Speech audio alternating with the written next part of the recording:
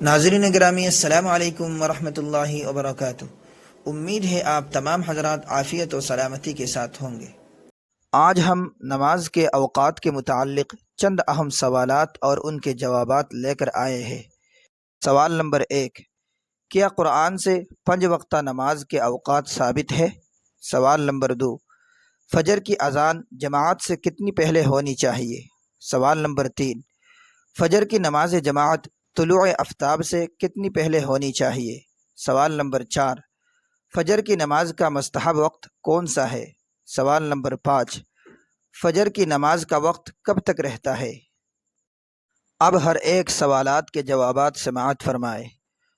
5 وقتہ نماز کے اوقات قرآن کریم سے ثابت ہے۔ قرآن کہتا ہے اقم الصلاۃ طرفی النہار وزلفا من اللیل۔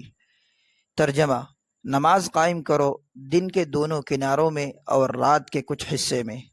دن کے دونوں کناروں میں سے ایک کنارہ میں صبح کی نماز یعنی فجر کی نماز کا وقت ہے، اور دوسرے کنارے میں زوال کے بعد سے غروب آفتاب کے بعد تک 3 نمازیں ظہر، عصر اور مغرب کی نماز کا وقت ہے، اور زلفا من اللیل میں عشاء کی نماز کا وقت ہے۔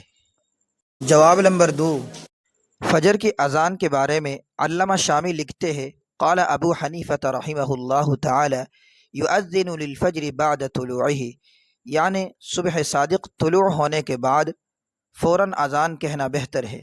اگر فوراً نہ کہہ سکے تو بعد میں کہے، کیونکہ نماز کا تمام وقت اذان کا بھی وقت ہے۔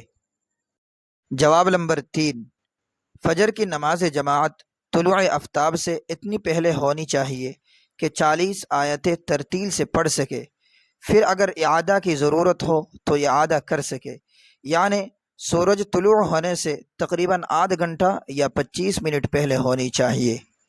جواب نمبر 4، فجر کی نماز کا مستحب وقت احناف کے نزدیک اس وقت ہے کہ جب اسفار ہو جائے، یعنی جس وقت خوب روشنی ہو جائے۔ اس کی مقدار در مختار میں یہ لکھی ہے کہ طلوع سورج سے پہلے 40 آیتیں ترتیل کے ساتھ پڑھ سکے، پھر اگر اعادہ کی ضرورت ہو تو اعادہ بھی کر سکے۔ جواب نمبر 5، فجر کی نماز کا وقت طلوع سورج سے پہلے تک کامل وقت رہتا ہے۔